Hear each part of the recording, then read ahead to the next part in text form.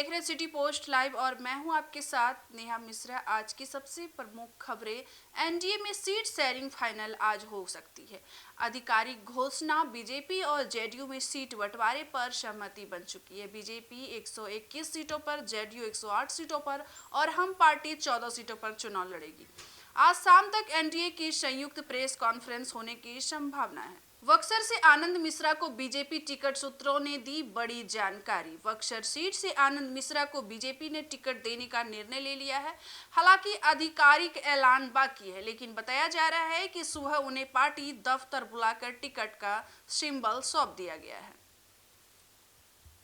मनीष कश्यप होंगे जनसुराज के उम्मीदवार। 18 अक्टूबर को नामांकन। चर्चित यूट्यूबर मनीष कश्यप ने अब जनसुराज से चट्टनपटिया विधानसभा से चुनाव लड़ने का ऐलान किया है। उन्होंने कहा, यह लड़ाई सत्ता के खिलाफ नहीं, व्यवस्था के लिए है।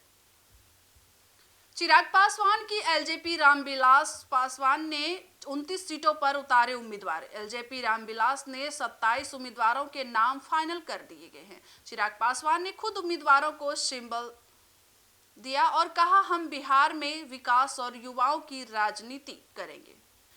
आरजेडी और वीआईपी के बीच डील फाइनल। मुकेश सहनी को मिली 18 सीटें। आरजेडी और वीआईपी के बीच बातचीत पूरी हो गई। मुकेश सहनी की पार्टी अब 18 सीटों पर चुनाव लड़ेगी। आरजेडी ने अपने हिस्से से 10 और कांग्रेस ने 8 सीटें दी है।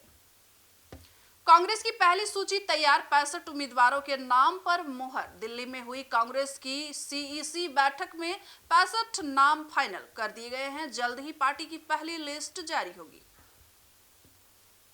लालू यादव की दिल्ली में अहम मीटिंग। टिकट वितरण पर अंतिम फैसला। लालू यादव ने आज दिल्ली में तेजस्वी यादव और राबड़ी देवी के साथ बैठक की है। चर्चा की है कि अब अधिकांश सीटों पर अंतिम उम्मीदवार तय हो चुके हैं। एआईएमआईएम की नई रणनीति। इस बार 30 सीटों पर लड़ेगी पार्टी। असदुद्दीन ओवैसी की एआईएमआईएम ने बिहार में 30 सीटों पर चुनाव लड़ने का ऐलान किया है। पार्टी इस बार सीमांचल के अलावा मगध क्षेत्र पर भी फोकस करेगी।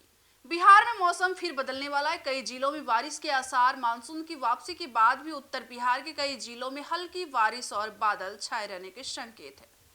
16 अक्टूबर से तापमान में गिरावट दर्ज हो सकती है।